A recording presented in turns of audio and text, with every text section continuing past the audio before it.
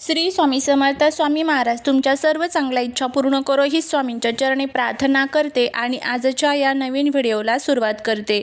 2026 हे वर्ष खगोलीय आणि आध्यात्मिक दृष्टीने अत्यंत महत्त्वाचे ठरणार आहे.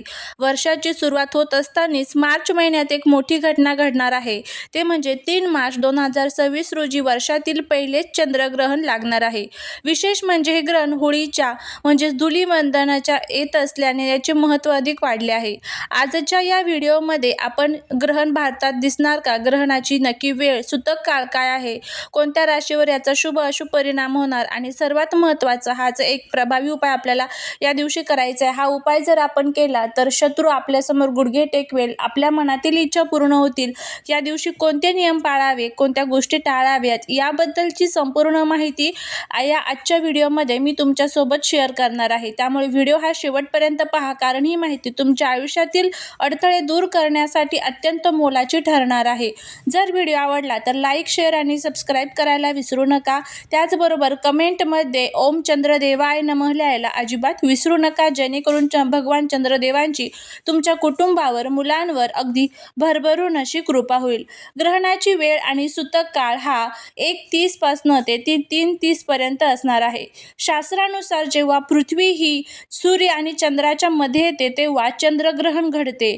3 मार्च 2026 चे ग्रहण पूर्ण चंद्रग्रहण असण्याची शक्यता असणार आहे. भारतीय वेळेनुसार ग्रहण काळ हा अंदाजी वेळ दुपारी किंवा संध्याकाळी हे ग्रहण सुरू होईल. चंद्रग्रहणाचा सूतक काळ ग्रहण सुरू होण्याच्या 9 तास आधी सुरू होतो. या काळात मंदिरे बंद असतात आणि कोणतेही शुभ कार्य केले जात नाही. ग्रहणाकडे केवळ एक खगोलीय घटना म्हणून पाहू नका. आपल्या शास्त्रात ग्रहणाला पर्वकाळ म्हटले जाते. या काळात केलेली सेवा, उपाय आणि जप, दान, मंत्र जप याचे फळ 1000 पटीने जास्त मिळते. यंदाचे हे ग्रहण सिंह किंवा कन्या राशीत होत असल्याने त्याचा थेट परिणाम आपल्या मानसिक स्थितीवर आणि आरोग्यावर होऊ शकतो. ग्रहण काळात नकारात्मक ऊर्जा वाढते, म्हणून या काळात सावध राहणे गरजेचे असते. या ग्रहणाच्या तुमच्या राशीवर काय परिणाम होईल तर ते आपण प्रथम बघूया. मेष, मिथुन, सिंह आणि धनु या राशींच्या लोकांसाठी हे ग्रहण संमिश्र फळ देणारे आहे. आर्थिक व्यवहारात सावधानता बाळगावी लागेल. वृषभ, कर्क, वृश्चिक आणि मीन या राशींनी आरोग्याची काळजी घ्यावी, विनाकारण वाद टाळावेत. कन्या, तूळ, मकर आणि कुंभ या लोकांसाठी प्रगतीचे नवे मार्ग उघडतील, मात्र घाईत निर्णय घेऊ नका. गर्भवती महिलांसाठी विशेष सूचना म्हणजे 7:30 ते 9 हा ग्रहण काळात सर्वात जास्त विचारला जाणारा प्रश्न म्हणजे गर्भवती महिलांनी काय करावे. ग्रहणाची किरणे गर्भातील बाळासाठी हानिकारक मानली जातात, त्यामुळे शक्यतो घरातच राहा. चाकू, कात्री किंवा सुईचा वापर या काळात करू नका. मनातल्या मनात ओम नमो भगवते वासुदेवाय किंवा आपल्या कुलदेवतेचा जप करा. पोटावर गेरूचा लेप लावण्याने बाळाचे संरक्षण होते असे म्हटले जाते, त्यामुळे गेरूचा लेप लावणं जर तुम्हाला शक्य असेल तर आवर्जून टाळावे. या वेळेत काय करावे किंवा काय करू नये. ग्रहणाच्या वेळी काही नियम पाळणे आपल्या हिताचे असते. सूतक काळात लागण्यापूर्वी अन्नामध्ये तुळशीची पाने टाकून ठेवावीत. ग्रहण काळात जेवण टाळावे. हा काळ मंत्रसिद्धीसाठी उत्तम आहे. गायत्री मंत्र किंवा महामृत्युंजय मंत्रांचा जप करावा. ग्रहण संपल्यानंतर आंघोळ करून गरजूंना पांढऱ्या वस्तूंचे दान करणे अत्यंत शुभ असते. त्यामध्ये तुम्ही तांदूळ, साखर, दूध या वस्तूंचे दान हे करू शकता. 3 मार्च 2026 चे हे पहिले चंद्रग्रहण आपल्या सर्वांसाठी खूप महत्त्वाचे असणार आहे.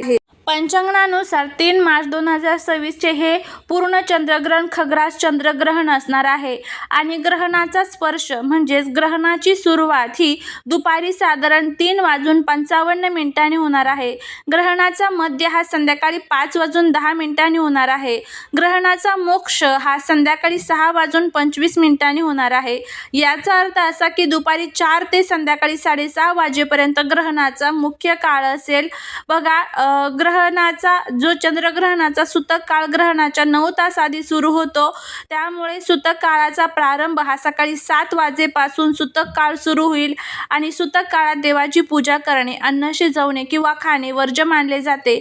मात्र हे नियम प्रामुख्याने जिथे ग्रहण दिसते तिथे लागू होतात. जर हे ग्रहण तुमच्या भागात दिसत नसेल तर केवळ धार्मिक श्रद्धेनुसार काही नियम पाळणे खूप महत्त्वाचे असते.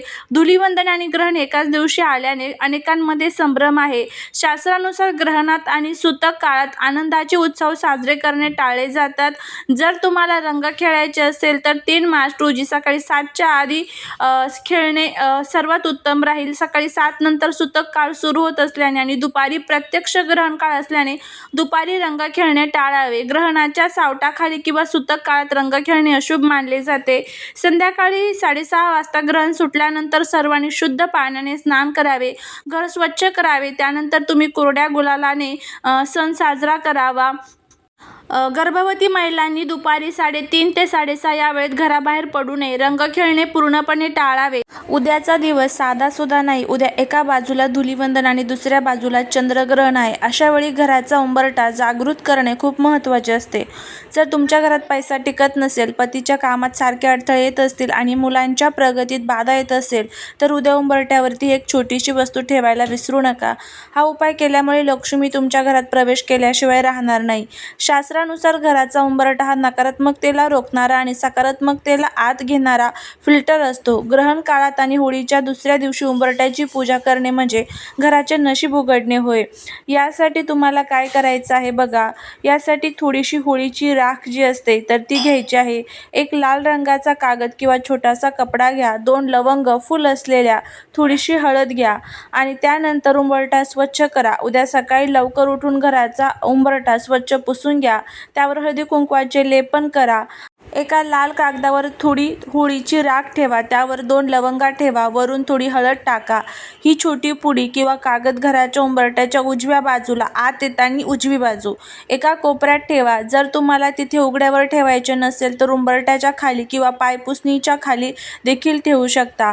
हे ठेवताना मनात प्रार्थना करा, हे महालक्ष्मी, माझ्या कामातील अडथळे दूर कर, माझ्या घराची प्रगती होते आणि घरातील दारिद्र्य कायमचे नष्ट कर, अशी आपल्याला प्रार्थना करायची आहे. या उपायाचा फायदा काय होणार आहे तर पतीच्या नोकरीत आणि व्यवसायात जे काही शत्रू आहेत तर ते नष्ट होतील. त्यांचा त्रास कायमचा संपेल. मुलांच्या शिक्षणात एकाग्रता वाढेल.